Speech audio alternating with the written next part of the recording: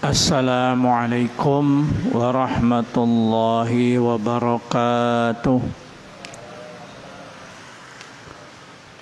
Bismillahirrahmanirrahim. Alhamdulillahi rabbil alamin. Wal aqibatu lil muttaqin. Wala udwana illa 'alal zalimin. Ashhadu an la ilaha illallah wahdahu la syarika lah al-malikul haqqul mubin wa ashhadu anna sayyidana wa nabiyyana Muhammadan abduhu wa rasuluh shadiqul wa'dil amin. Allahumma salli wa sallim wa barik ala sayyidil mursalin sayyidina wa maulana Muhammadin wa ala alihi wa ashabihi wa tabi'ihi wa man tabi'ahum bi ihsanin ila yaumiddin. Amma ba'du. Qala Allah Ta'ala fi kitabihil karim. A'udzu billahi minasy syaithanir rajim. Bismillahirrahmanirrahim. Yarfa'illahu alladhina amanu minkum walladhina utul ilma darajat. Waqala Rasulullah waqala aidan syahrul Ramadan alladzi unzila fihi al-Qur'an hudan lin-nas wa bayyinatin minal huda wal furqan faman syahida minkumus syahra falyasumhu. Waqala Rasulullah sallallahu alaihi wasallam man salaka tariqan yaltamisu fihi ilman sahalallahu lahu tariqan ila jannah. Wa qala aidan idza jaa ramadan futihat abwabul jannah wa ghuliqat abwabun nar wa sufidatis syayatin. Sadaqallahul azim wa sadaqa rasuluhun nabiyul karim. Wa nahnu ala dzalika minasy syahidin wasyakirin walhamdulillahi rabbil alamin. Alhamdulillah puji sinarang syukur ngurang sanggakeun ka zat Allah anu Maha Ghafur. Parantos maparin mang pirang-pirang kanikmatan ka urang sadayana anu kalintang seueurna. Bahkan teu tiasa dietangna utamina pisan nikmat ageung-ageungna anu kedah ku urang disyukuran. Malah dipertahankan dugi ka maot eta nikmat iman sareng Islam anu janten dasar atau janten fondasi kanggo orang ngaraih kabahagiaan hirup dunia dugi ka akhirat. Shalawat sareng salam muga tetep dicurahkeun dikucurkeun kanjunan urang sadayana nyatana habibana wa nabiyana karim Kanjeng Nabi Muhammad sallallahu alaihi wasallam wa ka para keluargana ka para sahabat kaum umat anu tumutkeun ajaran mantenan pamudah-mudahan urang sadayana diangkeun janten umatna nu jaga di yaumul kiamah urang bakal kaing syafaat ti Kanjeng Nabi Muhammad sallallahu alaihi wasallam amin ya rabbal alamin. Kodi mana ku bahasa Sunda. Rasa orang Sunda kan baiklah campur jeung bahasa Indonesianya.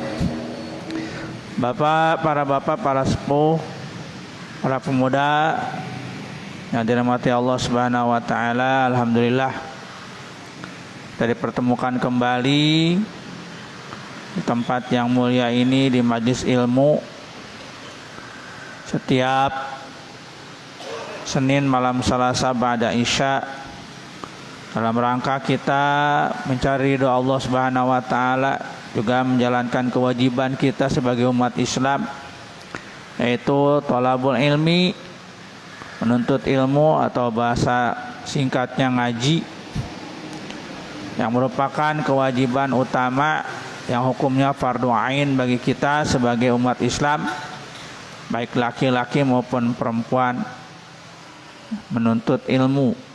Sebagaimana sabda Rasulullah SAW, talabul ilmi faridatun ala kulli muslimin wa muslimat. Menuntut ilmu, ngaji itu hukumnya fardu ain, kewajiban yang wajib dilaksanakan oleh setiap muslim laki-laki maupun perempuan. Jadi hukum menuntut ilmu hukumnya sama seperti sholat 5 waktu. Sholat 5 waktu mah sehari semalam 5 waktu kita laksanakan. Kalau menuntut ilmu tergantung kita ada di mana tempatnya, majelisnya di mana, strata kita, kelompok kita, kelompok di mana. Kalau kelompok anak-anak ngajinya itu menuntut ilmunya itu di bangku sekolah. Nah, sekolah umum, lebih-lebih sekolah pendidikan agama, madrasah atau apalagi pondok pesantren. Ya, itu makom atau tempatnya bagi anak-anak menuntut ilmu. Nah, kalau kita ya di masyarakat sekarang ini yang mengajinya sesuai dengan diadakannya majelis ilmu atau pengajian.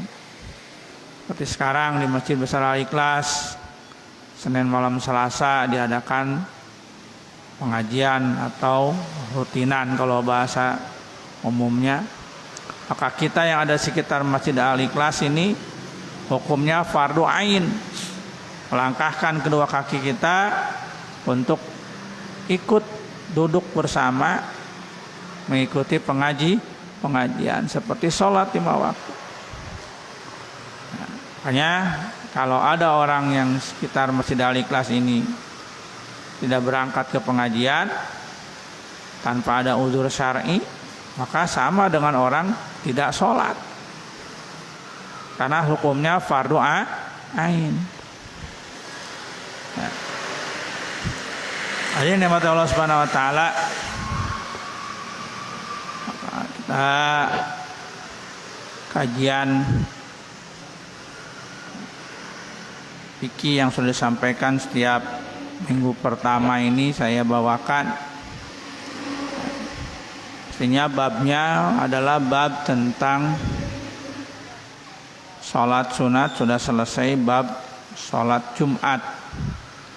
Tapi karena kurang dari 2 bulan, bahkan tinggal 1 bulan lebih lagi, sekarang sudah tanggal 25 malam 25 Rajab. Karena hari Kamis itu tanggal 27, sekarang malam Selasa malam 25 Rajab. Artinya 1 bulan ya, Rajab ini tinggal berada di tanggal akhir. 5 atau 4 hari lagi bulan Rajab berakhir, masuk bulan Sya'ban. Setelah Sya'ban bulan Ramadan. Nah, kalau pengajian bulan depan itu ada pengajian lagi, berarti saya berada di akhir bulan Sya'ban pengajiannya. Mungkin sudah mau masuk bulan Ramadan. Ya. Makanya ya, sebagai tanbih, sebagai pengingat ya, untuk kajian kali ini saya membahas tentang Ramadan. Loncat dulu dari sholat Jumat ke Ramadan. Kenapa? Karena Ramadan ini penting ya untuk kita persiapkan, baik dari pelaksanaan juga termasuk dari tata cara dan ilmunya, supaya ketika Ramadan datang ya, kita sudah siap untuk melaksanakan ibadah di bulan Ramadan, ibadah puasa terutama ya, dan sesuai dengan ketentuan fikihnya. Jadi puasa kita bukan hanya sekedar menahan lapar dan haus, tapi minimal puasa kita itu sah dan sananya mudah-mudahan dikabul atau diterima oleh Allah Subhanahu wa taala. Karenanya pada kajian kali ini saya ingin menyampaikan materi langsung ke masalah kaitan dengan puasa. Karena kalau sekarang tidak dikaji, bulan depan mungkin khawatir sudah masuk bulan Ramadan ya, walaupun mungkin belum juga, masih akhir bulan Sya'ban. Tapi khawatir ada uzur, belum sempat dibahas nanti ya, lebih baik dibahas sekarang. Hadirin dirahmati Allah Subhanahu wa taala, saum atau puasa ini ya, terutama yaitu puasa Ramadan merupakan rukun Islam. Ya, rukun atau dasar atau pondasi dalam ajaran Islam. Di mana pondasi atau dasar Islam itu ada 5. Bagaimana sabda Rasulullah SAW yang diriwayatkan oleh Sahih Bukhari Muslim, bunyal Islam ala khamsin. Dasar atau didirikannya Islam itu, ditegakkan Islam itu atas 5 perkara. Syahadatu an la ilaha illallah wa anna Muhammadar Rasulullah. Dasar atau pondasi yang pertama dalam Islam itu adalah membaca 2 kalimat syahadat. Asyhadu an la ilaha illallah wa asyhadu anna Muhammadar Rasulullah. Nah, artinya kalau ada orang ya, non muslim ya, melaksanakan amaliyah seperti amaliyah umat Islam ya, puasa nih di bulan Ramadan dia ikut puasa, dia punya harta dia keluarkan hartanya, misalkan ngikuti orang Islam yang zakat ya, tapi kalau dia belum mengucapkan 2 kalimat syahadat sebagai tanda dia masuk Islam, maka puasanya ya, yang dia laksanakan di bulan Ramadan, mengeluarkan hartanya atau yang disebut dengan zakat kalau bagi umat Islam, itu tidak diterima. Karena apa? Dia belum berikrar mengucapkan 2 kalimat syahadat sebagai dasar pertama ya, seorang memeluk agama Islam, mengucapkan 2 kalimat syahadat. Nah, ayeuna nanyakeun, nah lamun orang nuruti naon teh turunan kumaha eta maca syahadat deui teu. Nah, kalau kita yang terlahir dari orang tua muslim, otomatis kita mah sudah menjadi muslim. Ya. Jadi anak-anak Islam semuanya terlahir dalam keadaan muslim. Sebetulnya lahir dalam keadaan muslim itu bukan umat Islam, bukan anak umat Islam aja. Ya. Orang yang lahir dari orang tuanya dan muslim juga ketika lahir itu si bayi dalam keadaan muslim. Ya, dalam keadaan suci. Cuma nanti ketika dia tambah usia, orang tuanya lah yang menyebabkan mereka menjadi non muslim. Ya. Rasulullah bersabda, kullu mauludin yuladu ala fitrah. Setiap anak yang lahir itu lahir dalam keadaan muslim, dalam keadaan suci, dalam keadaan fitrah. Fitrahnya orang itu muslim. Ya. Fa abawahu ayyuhawidanihi. Lalu ke orang tuanya lah yang membuat dia menjadi seorang Yahudi, au yunassiranihi, atau membuat anak itu menjadi seorang Nasrani, au yumajjisanihi, atau membuat dia menjadi seorang majusi. Nah, jadi ketika lahir mah semua bayi dalam keadaan muslim, dalam keadaan suci. Tidak ada bayi lahir dari orang non muslim dia terlahir dalam keadaan seorang non muslim, tidak. Semuanya dalam keadaan bersih, dalam keadaan bersih, dalam keadaan suci, dalam keadaan muslim. Kemudianlah orang tuanya yang membuat mereka menjadi Yahudi, Nasrani dan Majusi. Nah, makanya kita orang tua Islam, ya udah orang tua kita udah langsung masuk seorang muslim. Jadi can syahadat lagi can disyahadatan macam can Islam. Ya, kalau orang non muslim.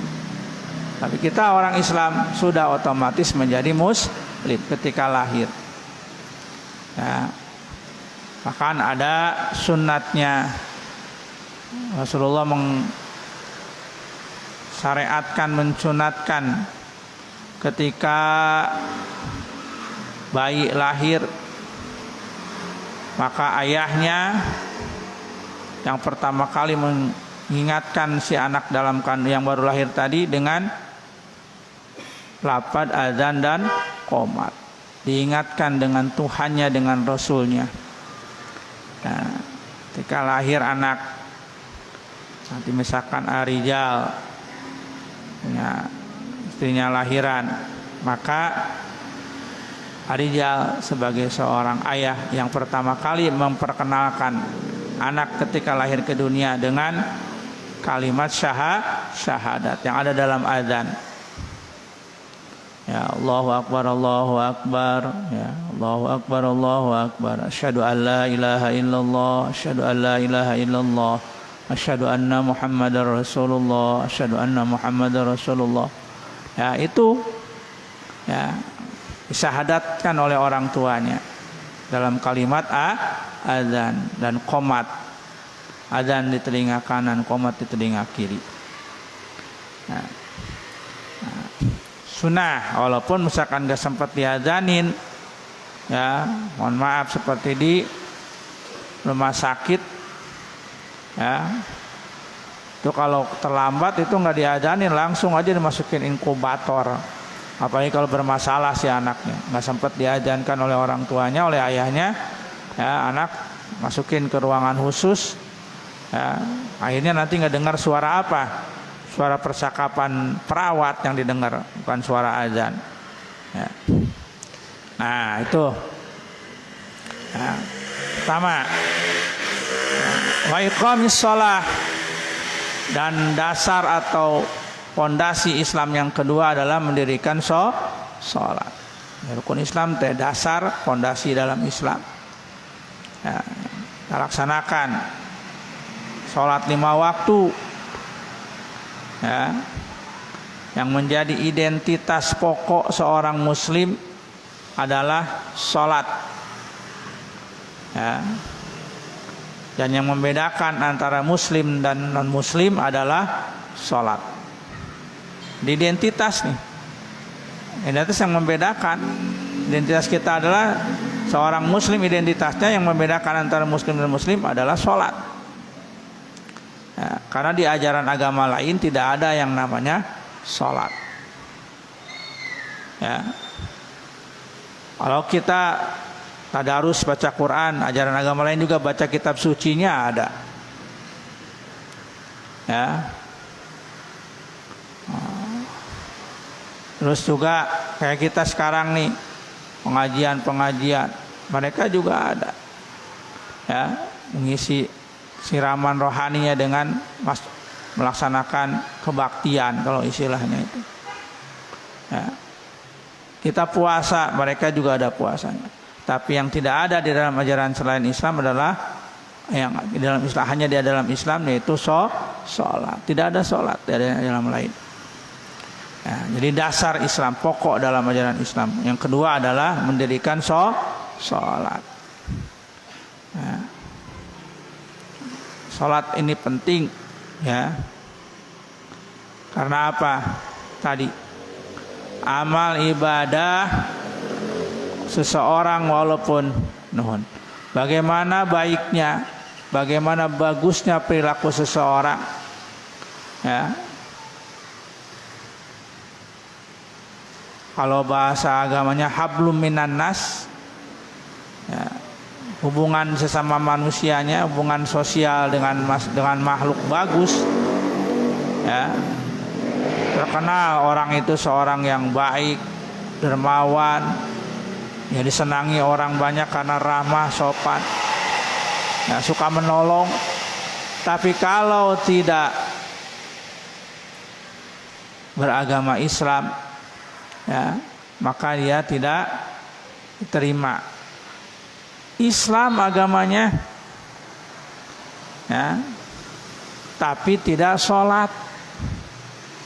Ya, tadi pertama tidak beragama Islam yang syahadat, yang sholat nih.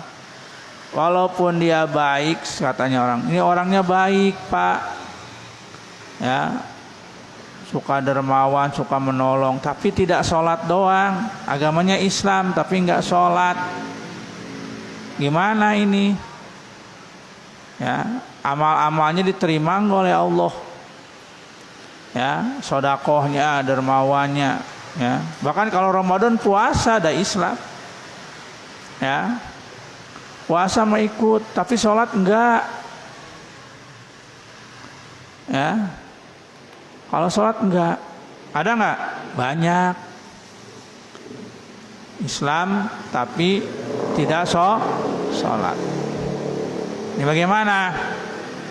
Ya kalau kembali ke hadapan Allah mah itu tahta masyiatillah, di bawah kehendak Allah. Kalau menghendaki Allah mengampuni dosanya orang tersebut tidak sholat, ya bisa jadi, ya bisa jadi diampuni. Tapi bisa jadi Allah tidak mengampuni karena memang Allah mengancam dengan ya ancamannya orang meninggalkan sholat itu. Nah, masalakakum fi saqar. Apa yang membuat kamu masuk ke dalam neraka Saqar? Jawaban mereka, qalu lam naku minal musallin. Mereka menjawab, kami dulu tidak menjalankan sholat. Teu sholat. Tuh, ya. Jadi ancamannya akan dimasukkan ke dalam neraka Saqar. Nah, tapi itu tadi, ya. Nah, di mana ini? Berdasarkan hadis bukan karangan, ya, berdasarkan hadis Rasulullah SAW, orang yang amalnya baik tapi tidak sholat, maka amalnya tidak akan mendapatkan pahala. Dari mana ini sumbernya Ustaz? Ngarang wae cenah. Rasulullah SAW bersabda, awwalu ma yuhasabu bihil abdu yaumal qiyamah as-salat. Awaluma, perkara yang paling pertama, yuhasabu yang diperiksa nanti, bihil abdu yaumal qiyamah dari seorang hamba di hari kiamat nanti, yang akan diperiksa lebih dahulu oleh Allah Subhanahu wa taala. Kita nih akan dihisab itu, diperiksa pertama itu yang dinilai oleh Allah apa dulu? As-salatu adalah sholat. Nah, jadi yang mau dikumpulkan teh mah amal teh kumpulkeun heula. Pangheulana panghareupna bakal diisi periksa teh. Ya. Naon tah? Salat. Nah, bakal diedit teh diperiksa. Nah, kinerja salat yang diperiksa. Idza saluhat saluhasa ilu amali. Kalau sholatnya beres, sholatnya bagus, soluhasa iru amalihi, maka amal yang lainnya akan dibawa, ditarik oleh amal sholat tadi menjadi baik. Ya. Puasana diterima, zakatnya diterima, sedekahnya diterima, amal ibadah yang lain diterima. Kalau sholatnya baik. Wa idza fasadat, tapi apabila sholatnya rusak, sholatnya tidak benar, apalagi tidak sholat, fasadasa iru amalihi, maka rusak amal yang lainnya. Itu kata Nabi. Ya, baginda Nabi Muhammad SAW bersabda demikian. Kalau sholatnya rusak, sholatnya tidak benar, apalagi tidak sholat, rusak amal yang lainnya. Di dunia mah betul dia mendapatkan kehormatan, panggil seorang yang baik, seorang yang penolong, dermawan. Ya, tapi kalau tidak sholat, maka amalnya itu hanya di dunia saja. Ya, hanya penting ya menekankan kepada keluarga kita, bukan diri kita saja, anak cucu kita, keluarga kita yang menjadi kerabat kita, apalagi yang langsung tanggungan kewajiban kita, istri dan anak-anak kita. Ya, yang paling pertama ditekankan ya kepada mereka adalah melaksanakan sholat.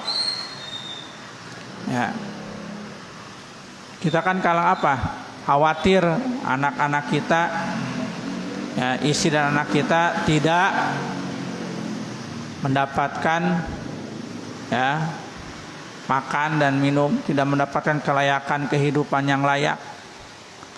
betul bagus itu. Tapi kalau ya hanya itu yang menjadi patokan untuk anak dan istri kita, jangan sampai anak istri kita kekurangan makan, kekurangan sandang, tapi tidak khawatir dan tidak memperhatikan bagaimana anak istri kita sholat, lalu dibiarkan anak-anak kita tidak sholat, itu yang paling berbahaya. Justru apa? Allah mengingatkan kita itu, ya, memang beri nafkah keluarga itu ada keterangannya, tapi Allah lebih mengingatkan lagi tentang mendidik anak-anak kita untuk sholat. Ya, karena Allah dalam surat Thaha berfirman, wa'mur ahlaka bis-sholati wastabir 'alaiha.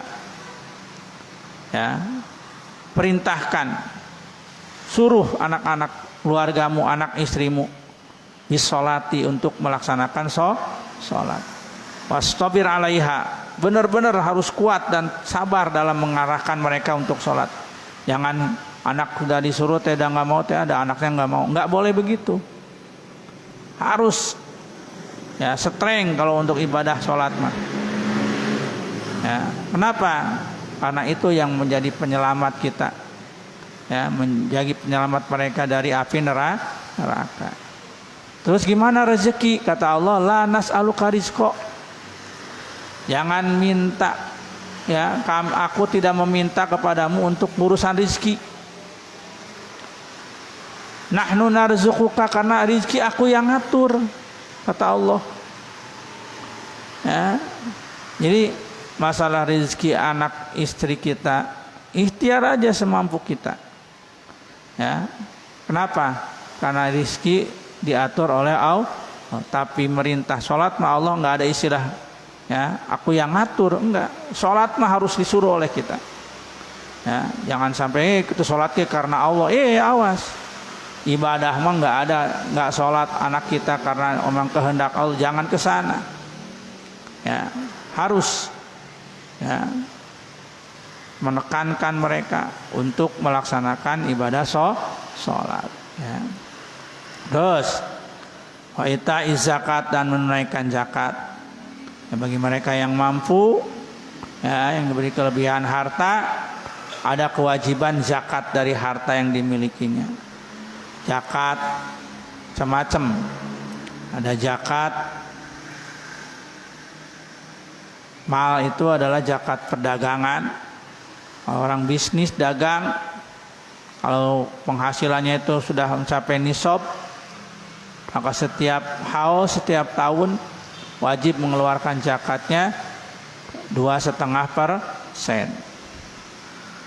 Orang yang punya perhiasan emas, perak, emas yang biasa, perak mah jarang, ya.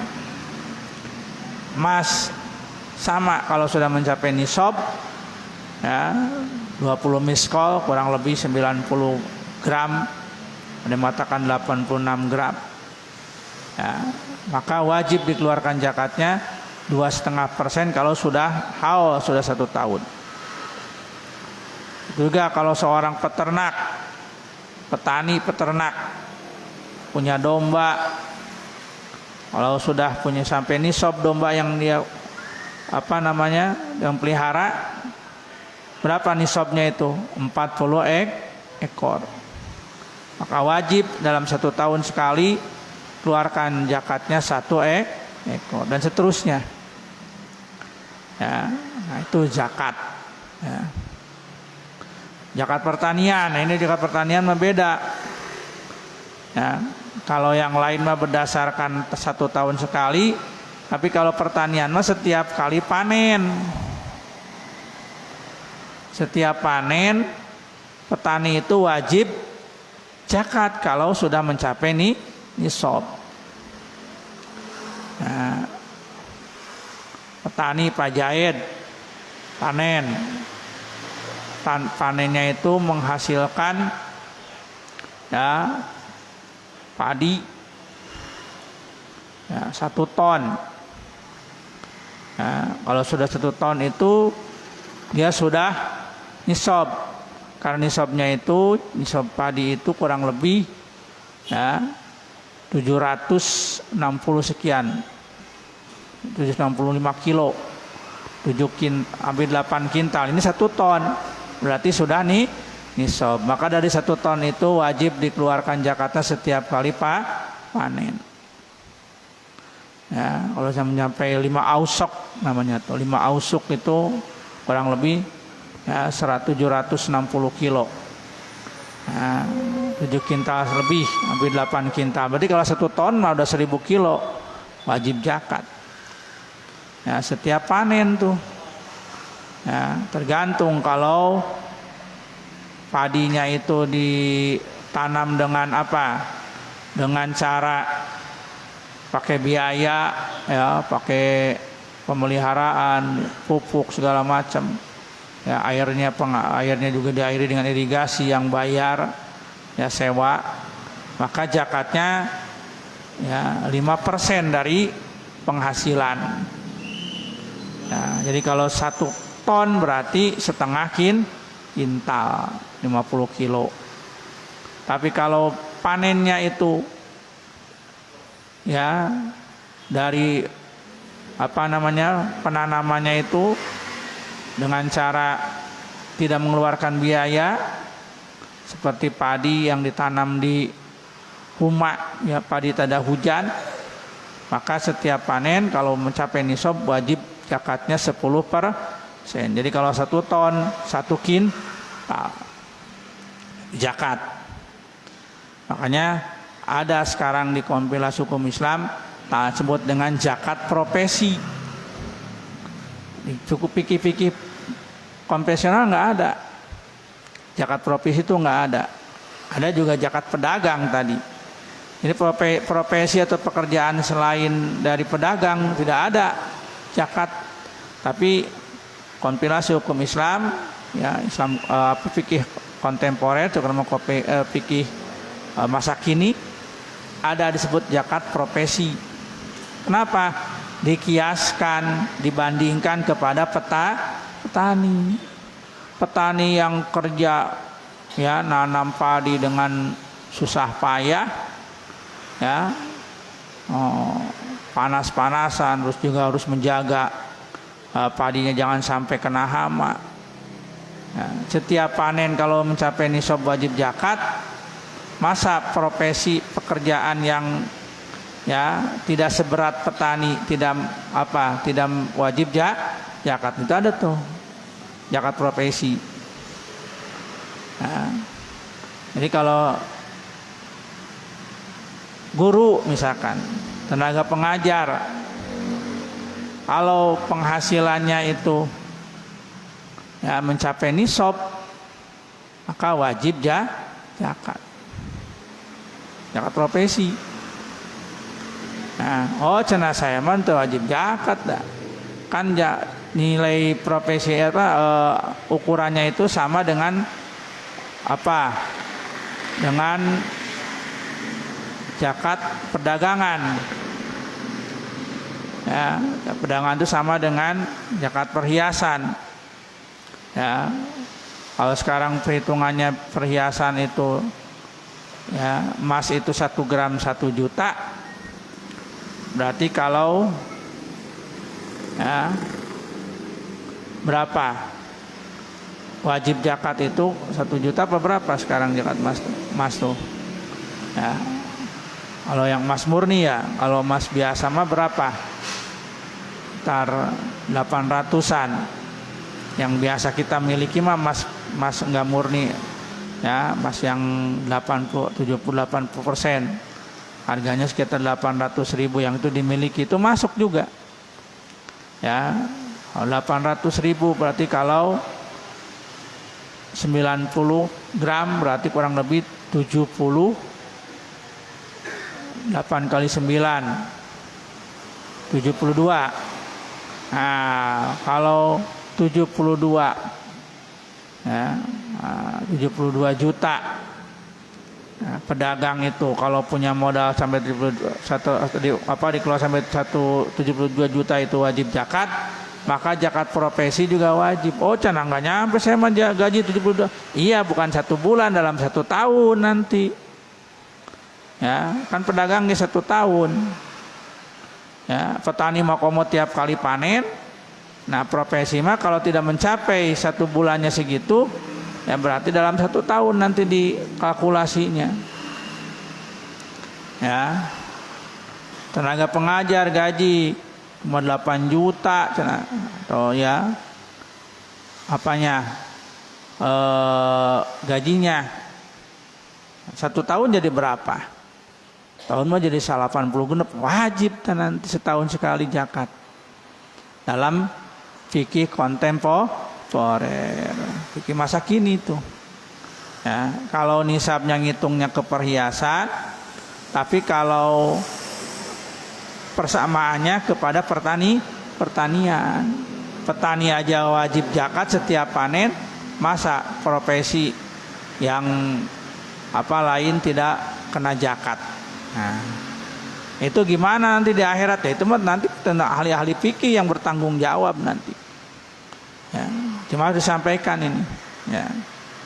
Nah, walaupun dalam kitab-kitab tradisional tidak ada zakat profesi, adanya jam sekarang dikiaskan kepada petani. Nah, terus ya, wahijul baiti, rukun atau dasar atau rukun Islam itu yang keempat, ibadah haji ke Baitullah. Ini di sini mah nggak berurutan seperti yang kita diajarkan rukun Islam ibadah haji kelima ya. Ini dalam hadis Sahih Bukhari Muslimah, haji dulu, wa hajjul baiti, ibadah haji ke Baitullah keempat. Ya, bagi mereka yang mampu nih, sekarang udah mulai pendataan. Nah, sambil mengingat ini juga mengumumkan barangkali ada bapak-bapak atau keluarganya yang tahun ini ya sudah terdaftar untuk calon haji yang berangkat tahun ini. Ya, walaupun ada persyaratan sekarang tuh harus istitoah. Istitoah di sini adalah kesehatannya, mampu dapat jalan itu dalam kesehatan. Kalau biayanya mungkin sudah ada, tapi ketika istitoah kesehatan banyak yang ada klasifikasi. Ada yang istitoah berangkat dalam kondisi sehat, tidak pakai alat bantu. Ya, obat-obatan juga tidak ada obat-obatan yang berat. Berarti istitoah yang pertama tuh. Jemaah haji yang sehat dan memang mampu untuk membayar biaya hajinya, badannya sehat. Istitoah yang pertama yang paling yang didahulukan.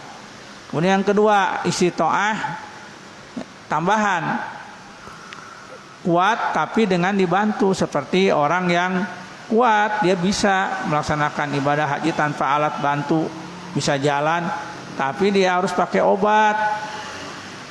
Mohon maaf, aya orang boga penyakit asma.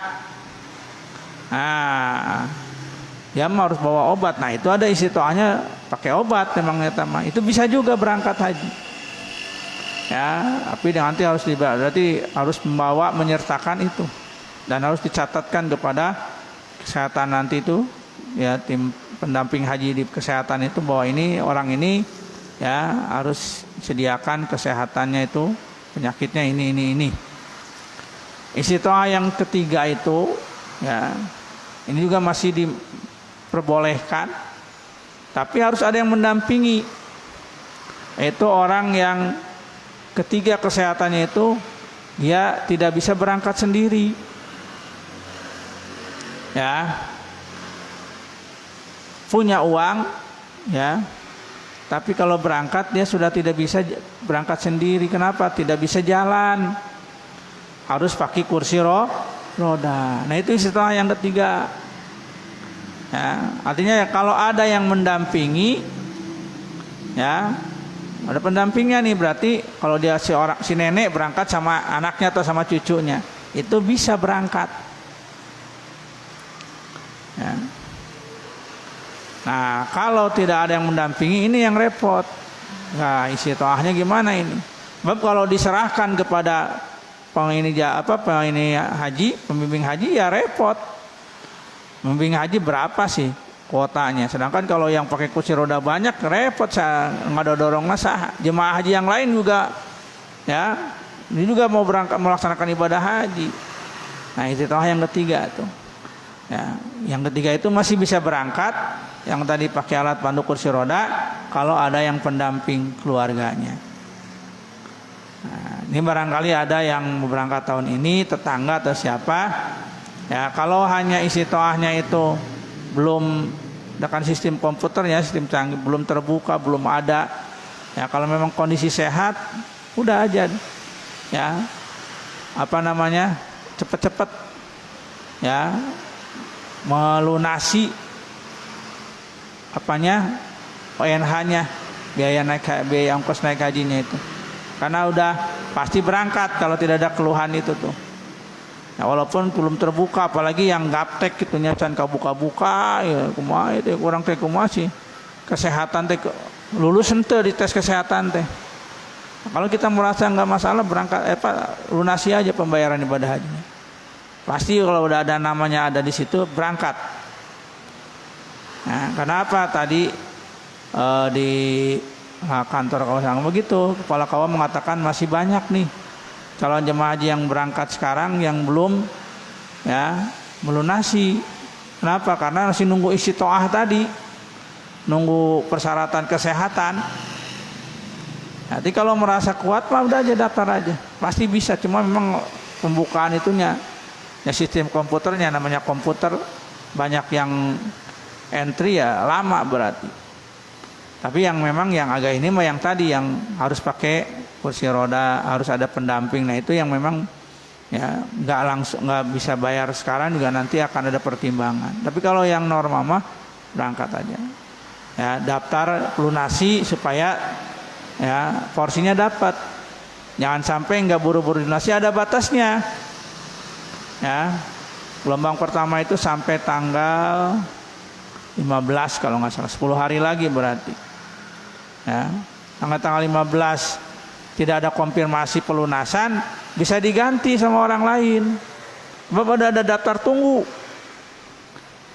Jamaah haji Indonesia kalau calon jamaah haji Teluk Jambe ini banyak.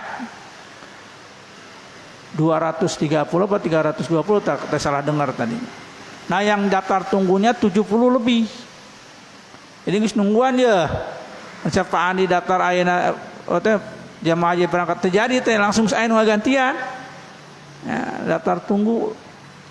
Makanya jangan telat kalau sudah memang terdaftar ya, udah daftar aja. Masalah istitoah tadi kesehatan belakangan. Ya, karena itu sistem komputer yang memang rada karak ayeuna diterapkeun anak gitu. Nah itu. Nah, kemudian rukun atau dasar Islam yang kelima adalah Shaumu Ramadan, puasa bulan Ramadan. Nah, sebentar lagi kita akan 1 bulan lebih kita akan masuk Ramadan. Ya, yang mana merupakan rukun Islam, yang mana seorang Muslim wajib ya melaksanakan ibadah puasa Ramadan kalau sudah memenuhi ketentuan-ketentuan syarat-syarat dan rukunnya. Ya, sekarang mau mengkaji tentang puasa Ramadan. Mungkin 2 pertemuan sama insya Allah mau bulan depan. Ya. Kita pertama dulu wajib puasa Ramadan itu ya. Nah, apabila memenuhi 4 syarat. Syarat wajib puasa Ramadan ada 4. Ya. Kalau ada 4 syarat ini dalam diri seseorang, maka orang itu wajib puasa. Pertama, al-islamu. Orang yang wajib puasa di bulan Ramadan adalah orang Islam. Setiap orang mengaku sebagai Muslim, seorang beragama Islam, maka dia memenuhi syarat pertama wajib puasa, yaitu beragama Islam. Jadi dia wajib puasa kalau beragama Islam. Ya, syarat yang pertama. Kenapa? Karena orang kafir mah tidak diwajibkan puasa, tidak terkena perintah puasa, karena diperintah puasa mah orang Islam. Dalam Al-Quran Ya ayyuhalladzina amanu kutiba alaikumus syiyam.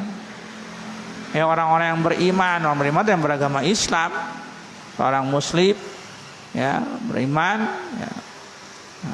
Islam sebagai apa?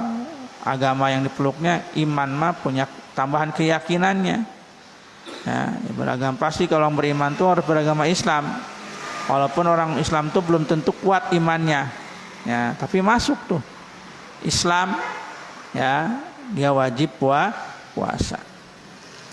Nah, orang kafir mah, tapi walaupun orang kafir non muslim tidak terkena perintah puasa, ya, sholat juga nanti tidak terkena, tapi nanti di akhirat dia akan mendapatkan ya apa namanya sanksi hukuman siksaan dari tidak puasanya itu. Jadi orang kafir mah siksaan karena kekafirannya, terus siksaan karena tidak melaksanakan perintah agama. Ya, jadi siksaannya double.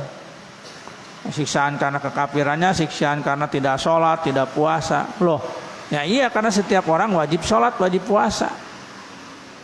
Ya, nah, karena kafir dia tidak sholat, tidak puasa, nah tetap dia. Ya siksaan karena kekafirannya juga dia ada siksaan karena tidak menjalankan perintah agama untuk memeluk agama Islam, melaksanakan perintah-perintah agama. Ya, nah, di dunia ya akhirat mandi tetap harus bertanggung jawabkan kenapa dia tidak melaksanakan perintah agama Islam. Yang kedua, asani al-aqlu. Syarat wajib puasa itu adalah bagi orang yang berakal. Asalisu, yang ketiga syarat wajib puasa itu adalah al-bulugh, orangnya sudah balik. Ya. Nah, oleh karena itu orang gila ya dan orang yang anak yang belum balik, anak kecil, mereka tidak diwajibkan puasa. Kenapa? Tidak termasuk, tidak terkena perintah agama, belum taklif, belum terkena perintah agama. Ya. Jadi orang gila karena tidak ada akalnya maka dia tidak terkena perintah agama. Teu wajib puasa, teu wajib sholat, teu wajib naon-naon. Ya. Tidak terkena perintah agama, tidak ada larangan, tidak ada perintah bagi orang gila mah. Ya. Maka anak kade ulah ngaganggun jelema nu gelo ulah diheureuyan. Ya. Gelo mah dunianya dunia mereka. Ya. Kade. Nah, nu gelo galak kan sok aya kan nu gelo galak. Ayo nu gelo galak diheureuyan. Ya. Kan jelema stres buat jelema gelo. Jelema gelo galak diheureuyan, ngamuk. Nah, lamun nepi nu gelo eta ngamuk maehan jelema dihukum teu tah? Henteu da teu berakal. Teu kena perintah, teu kena larangan, makana salah sorangan kunaon jelema nu gelo nu galak diheureuyan. Ya. Nah, itu ya. Abuluk ya balik. Kalau anak kecil ade ulah sisirikan ke budak leutik. Ya, aing mah cenah sirik euy cenah botol puasa mainna mah teu puasa. Saha eta teu puasa? Itu kalau orang nomor 5 tahun cis. Tong sirik ka budak leutik, budak leutik kita diperintah puasa. Ya. Kalau belum balik. Terus gimana? Nah, tetap ya, amma sobiyu adapun anak kecil ya idza balagha sab'un apabila sudah sampai umur 7 tahun ya yuk maru bisaum. Kalau anak udah sampai 7 tahun umurnya, anak kita cucu kita suruh puasa ya sesuai kemampuannya. Kan aya kan puasa karak setengah hari budak teh teu naon-naon kan dilatih namanya ge. Ya, 7 tahun can nepi ka magrib cenah tong dicarekan, tong digalakan pakai komo diteunggel mah ulah. Ya, diomongan. Ya, ayo hari ini nggak kuat, besok kuat ya. Nah, anak mah biasanya akan termotivasi kalau kita kasih hadiah. Kalau sampai maghrib kasih nih 10.000, ya nanti lebaran dapat uang. Orang gitu bola kan, ku kolot. Ya, bola mau baju beri baju anyar. Dalam untuk puasa lebarannya mau diberi pangbalikan baju. Ya, bola baju gede hese bola mah tuh dage. Ya, nah, akhirnya mau anak tuh. Nggak apa-apa, memang belum wajib. Ya, nah, untuk latihan dulu. Nah, tapi kalau sudah 10 tahun anak itu belum mau puasa, nah itu baru orang tua agak ya sedikit disiplinkan anak. Mana katanya? Idza balagha asrun lam yusumu, kalau anak itu sudah 10 tahun belum mau puasa, yudrabu. Pukul anak itu. Tapi bukan pukulan yang ya membuat celaka, yang membuat apa namanya bahaya bagi anak. Pukulan yang membuat anak merasa apa? Ya, merasa takut aja. Ya. 10 tahun can puasa. Can daek puasa, ha? Ya, cina tadi jeung babaturan mana barang dahar meuli es tadi jam 8. Imah di imah we sahur bere ya minta duit keur naon keur ulin cenah keur maafan keur ulin make naon mainan naon gitu meuli naon pakai dahar pakai jajan. Nah, tunggu. Boleh pukul tapi yang bukan melukai. Ya, hanya membuat anak itu merasa takut. Ya. Pakai naon? Pakai lidi atau pakai bambu kecil, tengge sukuna cepret. Ya, beureum, kajeun sakitu mah, da mau mantak maot ieu. Ya. Nah. Awas jangan memukul bagian wajah. Enggak boleh. Ya, jadi kaki we, betis kaki. Ya, badan ke atas nggak boleh. Ya. Cepret, ayo, amun teu sol, amun teu puasa awas. Ya, nah, kenapa? Karena kalau udah 10 tahun anak sudah diambang batas balik. Sudah dekat balik, bahkan sudah ada anak 10 tahun balik. Dan bisa jadi masa sekarang anak 10 tahun sudah balik. Banyak mungkin. Dari apa? Dari pengetahuan mereka yang didapat ya dari yang namanya medsos. Ya, dari tablet, dari HP. Ya, baheula mah orang 10 tahun can ngarti da. Awe lalaki teh biasa we, ayeuna mah wuduh budak 10 tahun ngomongna geus kitu. Ya, nah bisa jadi 10 tahun anak sekarang sudah balik, makanya ini udah diingatkan dari dulu. 10 tahun anak belum mau ibadah, belum mau puasa, pukul. Supaya dia mau melaksanakan puasa. Tanggung jawab orang tua atau kewajiban orang tua. Ya. Kenapa 10 tahun dipukul kalau nggak puasa? Seperti hanya anak diperintah untuk sholat. Kan hadisnya mah tentang sholat ya teh. Ya.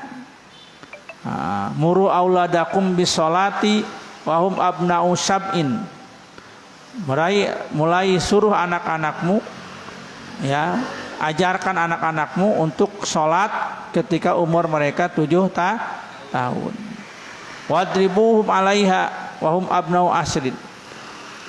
Pukul mereka kalau tidak mau sholat ketika umurnya sudah 10 tahun. Nah, puasa sama dikiaskan dengan sholat. Ya, jadi amun orang gaduh anak, gaduh cucu, ya, ayeuna standek sholat, umur 7 tahun, setrengan omongan. Tadi teh lamun daek sholat bere hadiah. Ya, ieu cenah budak cenah sholatna karena hadiah teh naon-naon. Awal mah supaya mereka motivasi mereka. Ya. Nah, naon kudu diberi hadiah wae gitu kan. Orang tertarik dengan ada hadiahna. Ya. Nah, kayak di mana tuh 10 tahun budak candaik sholat tenggel. Nah, untuk apa? Mengingatkan mereka bahwa mereka sudah mendekati masa balik. Coba lamun geus balik mah teu aya deui dipiwarang, eta mah kewajiban sorangan. Ya. Terus kalau sampai datang wajib orang tua tapi tidak mengarahkan untuk ibadah, untuk sholat, untuk puasa, payahna kita sebagai orang tua bertanggung jawab. Kalau sampai anak kita tidak melaksanakan perintah agama, tidak mau sholat, tidak mau puasa, karena apa? Karena kita sebagai orang tua tidak mendidik anak dengan disiplin untuk ibadah tadi. Aturannya gitu kan, 7 tahun udah mulai dilatih, dididik untuk ibadah, sholat, puasa. Kita bener lah, ajarkan cara anak sholat bener, gimana puasa supaya puasanya bener sah. Ya. Tapi kalau dibiarkan anak, ya tidak kita didik, kita tidak ajarkan, oh cenah teu bisa, nah makanya lamun teu bisa ulah cicing bae. Titipkeun anak, ya. Kemana? Ya ke majlis-majlis ilmu, ke pengajian. Pengajian mengajarkan ibadah deh. Ya. Dia dari kelas lain ngan saukur maca Quran hungkul, tapi ajarkan sholat, budak bacaan sholat. Ya, doa-doa puasa kan boleh begitu mun pengajian teh ingetna teh da. Lain ngaji Quran hungkul, diajar sholat. Jadi alhamdulillah diajarkan di dieu.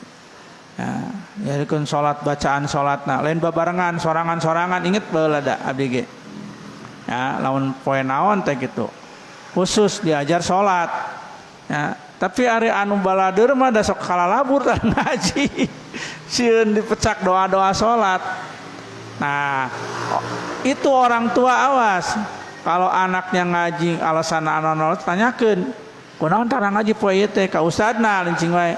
Oh Pak, lamun inten ieu teh minten rebo teh diajar salat, paingan tuh kabur budak tembung bacaan salat.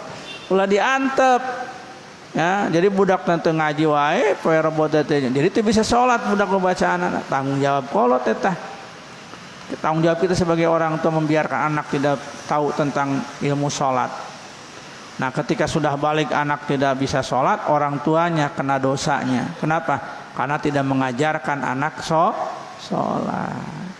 Ya, jadi dititipkan dengan saukur dititipkan, perhatikan budakna. Ya, nah, udah di alarm juga terus. Ya, enten ya panjang kene nembe syarat wajib puasa. Ya, insyaallah kita lajengkeun deui, mudah-mudahan kasih payun gitu.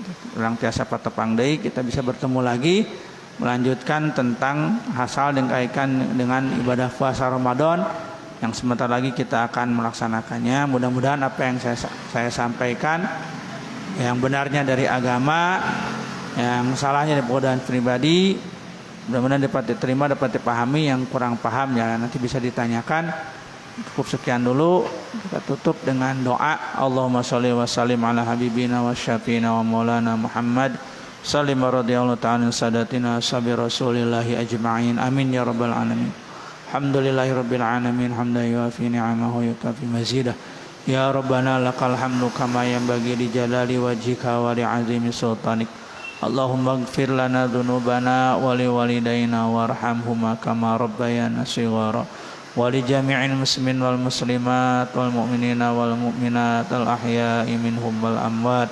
Allahumma salli ala sayyidina Muhammadin salatan tunjina biha min jamil ahwali wal afat wa taqdi lana biha jami'al hajat wa tutahhiruna biha min jami'i sayyi'at wa tarfa'una biha indaka a'lad darajat wa tuballighuna biha aqsal ghayat min jamil khairati fil hayati wa ba'dal mamat. Allahumma inna nas'aluka salamatan fid din wa afiyatan fil jasad wa ziyadatan fil ilmi wa barakatan fil rizqi wa taubatan qabla al maut wa rahmatan 'indal maut maghfiratan ba'dal maut. Allahumma hawin 'alaina fi sakaratil maut wan najata minan nar wal 'afwa 'inda hisab. Allahumma barik lana fi Rajab wa Sya'ban wa balighna Ramadan. Allahumma barik lana fi Rajab wa Sya'ban wa balighna Ramadan. Allahumma barik lana fi Rajab wa Sya'ban wa balighna Ramadan wa hasil maqasidana ya Allah. Rabbana hab lana min azwajina wa dhurriyyatina qurrata a'yun waj'alna lil muttaqina imama. Rabbana atina fid dunya hasanah wa fil akhirati hasanah wa qina adzaban nar. Wa sallallahu ala sayyidina Muhammad wa alihi wa sahbihi wa sallam. Subhana rabbika rabbil izzati amma yasifun wa salamun alal mursalin walhamdulillahi rabbil alamin. Al-Fatihah. A'udzu billahi minasy syaithanir rajim. Bismillahirrahmanirrahim. Alhamdulillahi rabbil alamin. Arrahmanir rahim. Maliki yaumiddin. Iyyaka na'budu wa iyyaka nasta'in. Ihdinas siratal mustaqim. Siratal ladzina an'amta 'alaihim ghairil maghdubi 'alaihim waladdallin. Allahumma waffiq ila aqwamit thariq. Wassalamu alaikum warahmatullahi wabarakatuh.